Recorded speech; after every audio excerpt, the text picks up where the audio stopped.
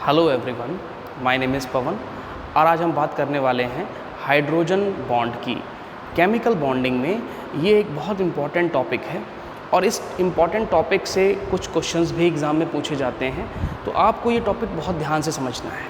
ठीक है, मैं आपको किन किन मॉलिक्यूल्स के बीच में बॉन्ड बनता है, हाइड्रोजन बॉन्ड, ये बताऊँगा। किस वजह से बनता है ये भी बताऊँगा। किन किन मॉलिक्यूल्स में नहीं बनता है ये भी बताया जाएगा और इनके टाइप्स के बारे में भी बात की जाएगी। ओके, तो वीडियो को एंड तक देखें। ये दो मॉलिक्यूल्स हैं हाइड्रोजन फ्लोराइड के, दो मॉलिक्यूल्स यहाँ पर लिए हुए हैं। As we know that hydrogen fluoride is a polar in nature. इसकी इलेक्ट्रोनेगेटिविटी ज़्यादा है, इसकी इलेक्ट्रोनेगेटिविटी इसके कंपैरिजन में कम है, जिस वजह से ये इलेक्ट्रॉन्स इधर शिफ्ट होने की कोशिश करेंगे तो इसके ऊपर पार्शियल नेगेटिव चार्ज और इसके ऊपर पार्शियल पॉजिटिव चार्ज आ जाता है। सेम वही कंडीशन यहाँ पर होगी, इसके ऊपर पार्शियल पॉजिटिव चार्ज, इसके ऊपर पार्शियल नेगेटिव चार्ज। ओके, तो ये कंडीशन यहाँ पर होगी। और जब ये दोनों मॉलिक्यूल पास आएंगे, है ना, मैंने आपको इंटरमॉलिक्यूलर फोर्सेस के बारे में बताया है, उसके ऊपर भी एक वीडियो बनाया है, तो अगर आपने वो वीडियो नहीं देखा है तो आप उस वीडियो को देखें।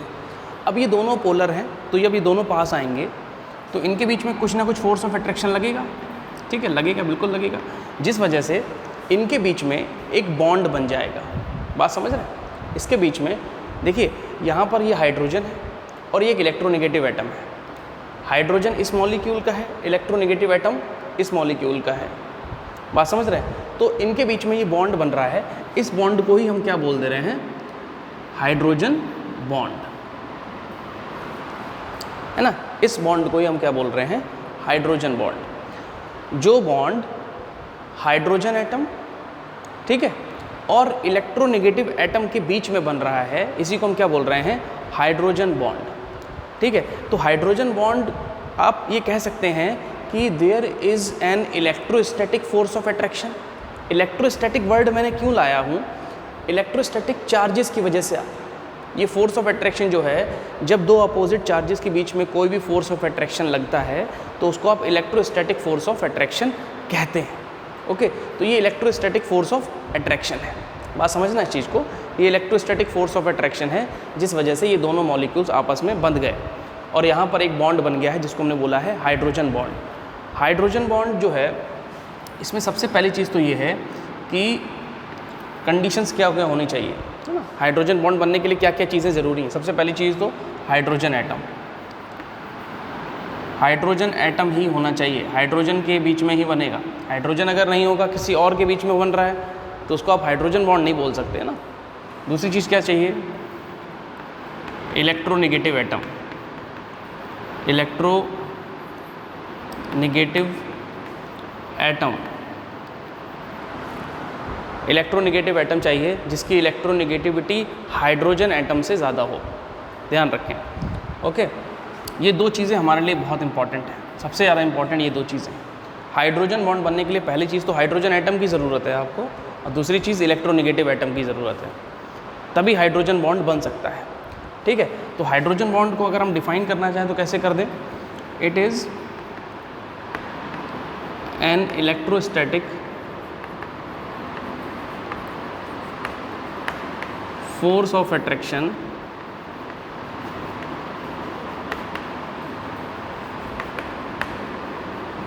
between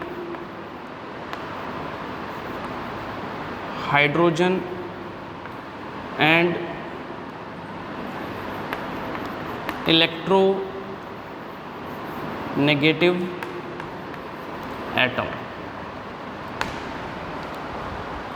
It is an electrostatic force of attraction between hydrogen and electronegative atom. ठीक है, हाइड्रोजन और इलेक्ट्रोनेगेटिव एटम के बीच में जो फोर्स ऑफ अट्रैक्शन लग रहा है वही क्या है? हाइड्रोजन बॉन्ड, है ना। बात समझ रहे हैं आप? तो हाइड्रोजन बॉन्ड बनने का रीज़न भी मैंने बताया है। ये हाइड्रोजन और फ्लोरीन एक बॉन्ड से बने हुए हैं, ये तो आपका कोवेलेंट बॉन्ड है, ये हाइड्रोजन बॉन्ड नहीं है। ठीक है, इस मॉलिक्यूल में ये कोवेलेंट बॉन्ड है। अब इस कोवेलेंट बॉन्ड के दोनों इलेक्ट्रॉन इस फ्लोरीन की तरफ शिफ्ट होने लगते हैं, इसकी इलेक्ट्रोनेगेटिविटी ज़्यादा है, जिस वजह से तो इसके ऊपर पार्शियल डेल्टा चार्ज आता है, इसके ऊपर पार्शियल पॉजिटिव, है ना, डेल्टा बोलते हैं इसको, तो partial negative charge, partial positive charge यहाँ पर, सेम ऐसा ही दूसरे मॉलिक्यूल पर आता है, पार्शियल पॉजिटिव पार्शियल नेगेटिव, और पॉजिटिव और नेगेटिव के बीच में एक फोर्स ऑफ अट्रैक्शन लगता है जिसको आप बोल रहे हैं हाइड्रोजन बॉन्ड। ठीक है, तो हाइड्रोजन बॉन्ड जो है वो इलेक्ट्रोनेगेटिव एटम और हाइड्रोजन के बीच में बन रहा है। ठीक है, इस बात को आप यहाँ तक समझ गए होंगे। अब जो बात आती है कि हाइड्रोजन बॉन्ड जो है सभी मॉलिक्यूल्स में नहीं बन रहा है ना, हाइड्रोजन बहुत सारे मॉलिक्यूल के साथ बॉन्ड नहीं बना रहा है ना, तो वो क्या है? अच्छा, एक चीज़ यहाँ देख लें, यहाँ मैंने डॉटेड से रिप्रेजेंट किया है, तो हाइड्रोजन बॉन्ड को हमेशा डॉटेड से रिप्रेजेंट करते हैं। It is represented by dotted lines, dotted line से रिप्रेजेंट करते हैं। डॉटेड लाइन होगी उससे नज़र आएगा। ओके, नाउ कंडीशंस, जैसा कि मैंने बताया कि हाइड्रोजन बॉन्ड सभी मॉलिक्यूल्स में नहीं पाया जाता। Conditions for hydrogen bonding, hydrogen bonding के लिए क्या क्या कंडीशंस होनी चाहिए वो देखते हैं। ठीक है, हाइड्रोजन बॉन्ड के लिए क्या क्या कंडीशन चाहिए वो देखते हैं। सबसे पहली चीज़ तो इलेक्ट्रोनेगेटिव एटम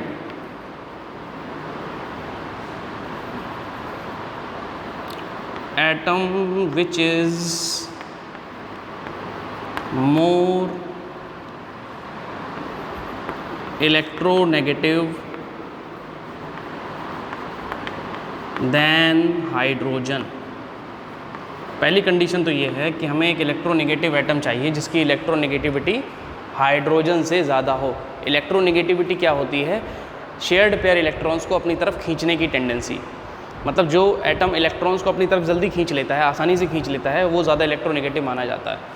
ठीक है, तो पहली चीज़ तो ये है कि हमें एटम चाहिए जिसकी इलेक्ट्रोनेगेटिविटी हाइड्रोजन से ज़्यादा हो। ठीक है, सेकंड चीज़, इलेक्ट्रोनेगेटिव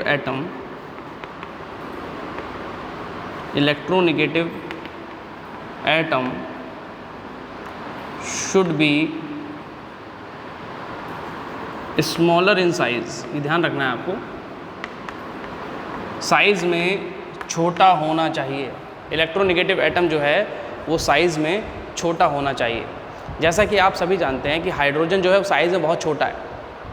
ठीक है, हाइड्रोजन का जो है वो एटॉमिक रेडियस बहुत कम है।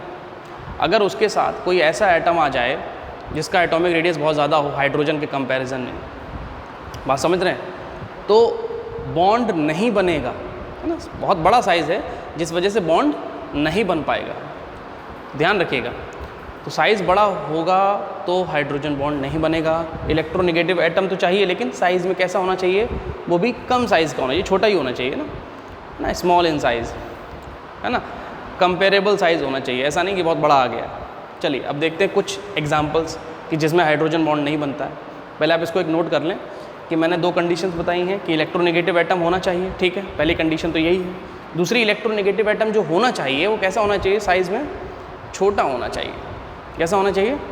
छोटा होना चाहिए, ठीक है। तो छोटा होना चाहिए, ये याद रखिएगा आप, ठीक है। हाइड्रोजन बॉन्ड क्या होता है मैंने आपको बता दिया है। It is an electrostatic force of attraction between hydrogen and electronegative atom.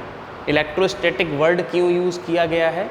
इसीलिए यूज़ किया गया है क्योंकि यहाँ पर चार्जेस इन्वॉल्व हैं, है ना, इसलिए, क्योंकि चार्जेस के बीच में अट्रैक्शन है, अपोजिटली चार्ज जो है इनके बीच में अट्रैक्शन हो रहा है। ये बॉन्ड कमज़ोर है ना, एक वीक बॉन्ड है, ऐसा कोई ज़्यादा स्ट्रॉन्ग बॉन्ड नहीं है। आपने देखा होगा वाटर में पाया जाता है, पानी में जो है हाइड्रोजन बॉन्ड होता है, तो वाटर को आप गर्म करो जल्दी से इवेपोरेट हो जाता है, कम एनर्जी देके उसके हम बॉन्ड तोड़ देते हैं। तो एक वीक बॉन्ड है, ऐसा कोई ज़्यादा स्ट्रॉन्ग बॉन्ड नहीं है, जैसे आयनिक बॉन्ड होते हैं, है ना, तो उतना स्ट्रॉन्ग नहीं है, आयनिक कोवेलेंट की तरह स्ट्रॉन्ग नहीं है ये, लेकिन एक वीक बॉन्ड है, ठीक है, बात समझ रहे हैं? इसको नोट कीजिए आप।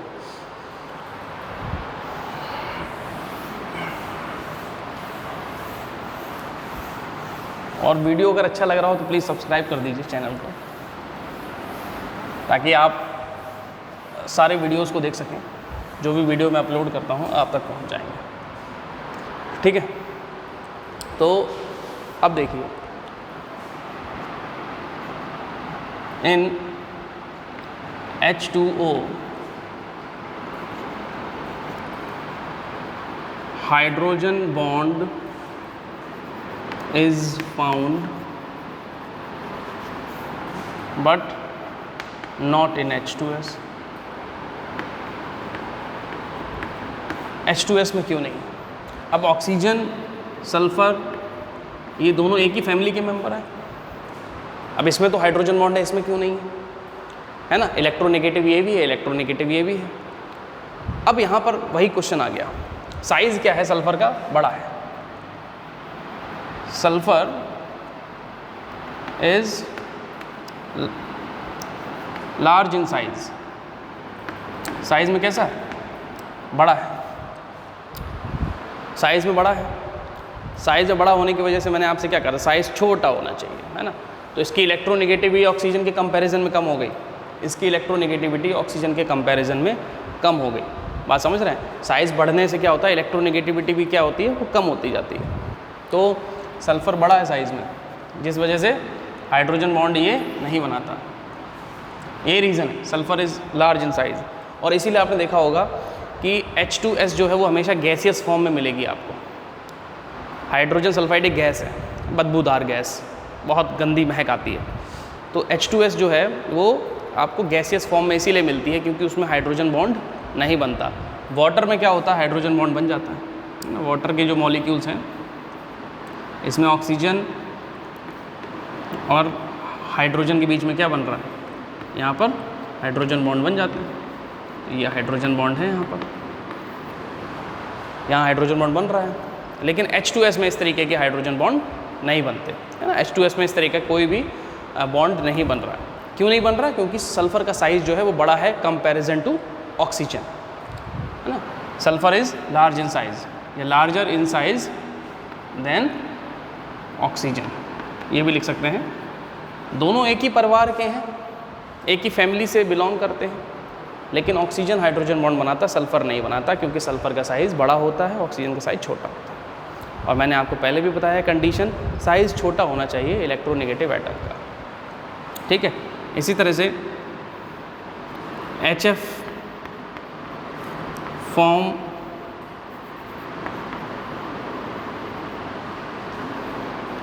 Hydrogen bond but not HCl,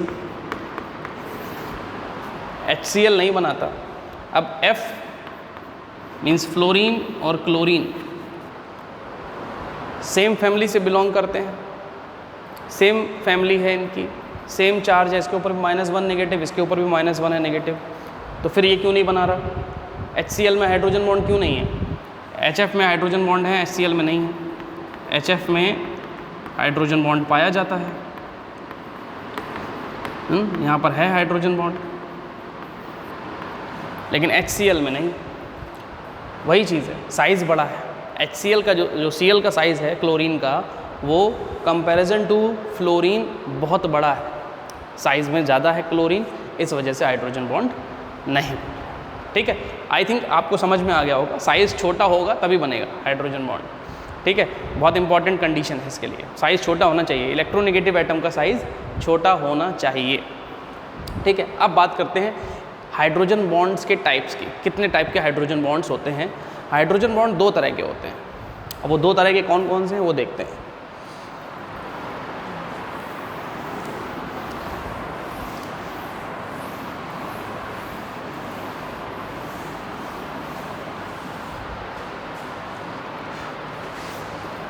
These are of 2 types. Intermolecular hydrogen bond and intramolecular hydrogen bond. Intermolecular hydrogen bond and intramolecular hydrogen bond. ठीक है, intermolecular hydrogen bond, intramolecular hydrogen bond. अब इंटर और intra में क्या difference है?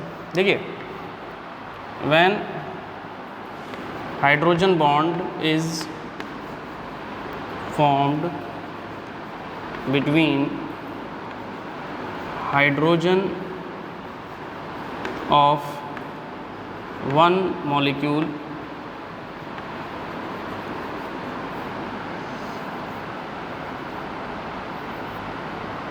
and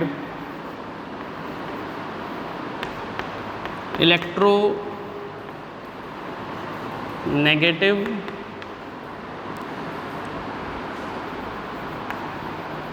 atom of other molecule, ध्यान से देखिएगा, when hydrogen bond is formed between hydrogen atom of one molecule and electronegative atom of other molecule, it is called intermolecular hydrogen bond. Okay, intermolecular hydrogen bond. इसका मतलब ये है कि एक molecule ये है ना, इस मॉलिक्यूल का इलेक्ट्रोनेगेटिव एटम, और एक मॉलिक्यूल ये है, इस मॉलिक्यूल का इलेक्ट्रोपॉजिटिव मतलब हाइड्रोजन। दो अलग अलग मॉलिक्यूल हैं। अच्छा देखिए, ये दोनों मॉलिक्यूल जो है मैंने सेम टाइप के लिए हैं यहाँ पर, हाइड्रोजन फ्लोराइड के, ठीक है। मतलब यहाँ पर दो मॉलिक्यूल्स इन्वॉल्व हैं। ये दोनों मॉलिक्यूल सेम भी हो सकते हैं, ये दोनों मॉलिक्यूल अलग भी हो सकते हैं। बात समझ रहे हैं? जरूरी नहीं है हाइड्रोजन फ्लोराइड ये भी हो, ये भी हाइड्रोजन फ्लोराइड हो। यहाँ पर हाइड्रोजन फ्लोराइड, यहाँ पर वाटर भी हो सकता है। पानी ले लो यहाँ पर, ठीक है। बात समझ रहे हो? कोई दूसरा मॉलिक्यूल ले सकते हो जो हाइड्रोजन बॉन्ड बना सके, है ना, सारे नहीं बनाते। तो दोनों मॉलिक्यूल सेम भी हो सकते हैं और दोनों मॉलिक्यूल डिफरेंट भी हो सकते हैं, ये आपको याद रखना है। बस याद रखना है कि दो मॉलिक्यूल इन्वॉल्व होंगे। इंटर में क्या होता है, दो मॉलिक्यूल इन्वॉल्व होंगे, एक मॉलिक्यूल ये, एक मॉलिक्यूल ये। एक मॉलिक्यूल का हाइड्रोजन ऑफ वन मॉलिक्यूल, और दूसरे मॉलिक्यूल का electronegative atom and electronegative atom of other molecule. मतलब दूसरे मॉलिक्यूल का इलेक्ट्रोनेगेटिव एटम और एक मॉलिक्यूल का हाइड्रोजन एटम, इनके बीच में जब हाइड्रोजन बॉन्ड बनता है तो इसको हम बोलते हैं इंटर मॉलिक्यूलर हाइड्रोजन बॉन्ड। समझ में आ गया होगा, ठीक है। तो इंटर मॉलिक्यूलर में दो मॉलिक्यूल इन्वॉल्व होंगे, वो दोनों सेम हो सकते हैं या डिफरेंट भी हो सकते हैं, ठीक है। जिसमें से एक का हाइड्रोजन और एक का इलेक्ट्रोनेगेटिव एटम आपस में बॉन्ड बनाएंगे, ठीक है।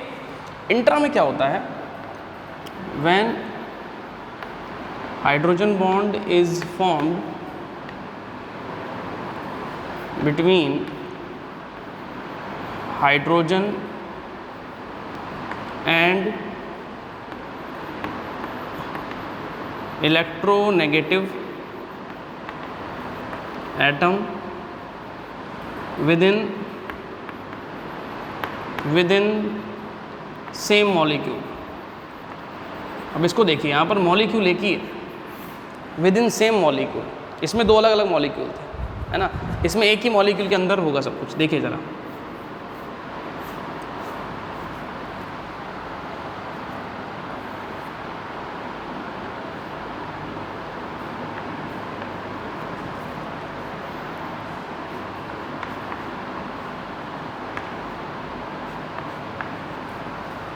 ठीक है। इसको आप देख लीजिए,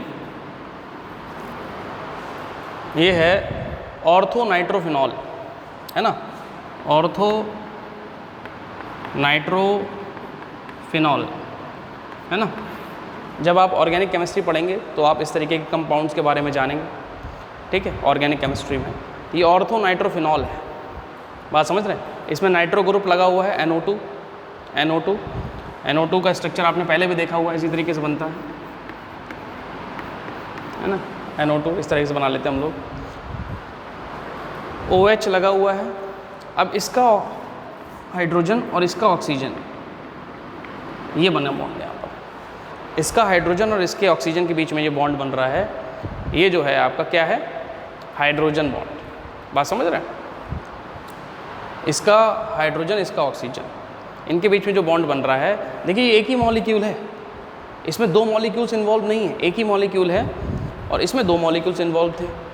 इसमें एक ही मॉलिक्यूल के अंदर हाइड्रोजन भी है और इलेक्ट्रोनेगेटिव एटम भी है। तो उनके बीच में जो बॉन्ड बन रहा है वो है आपका intra molecular hydrogen bond. Intra का मतलब हो गया कि with in the same molecule, मतलब हाइड्रोजन एटम भी उसी मॉलिक्यूल का और ऑक्सीजन या इलेक्ट्रोनेगेटिव एटम जो भी है वो भी उसी मॉलिक्यूल का, ठीक है। तो इंटर में दो अलग अलग मॉलिक्यूल्स इन्वॉल्व हैं और इंट्रा में एक ही मॉलिक्यूल के अंदर जो है हाइड्रोजन बॉन्ड बनेगा, हाइड्रोजन भी होगा और इलेक्ट्रोनेगेटिव एटम भी होगा, ठीक है। तो आई होप आपको ये वीडियो अच्छा लगा होगा। ठीक है, थैंक यू वेरी मच।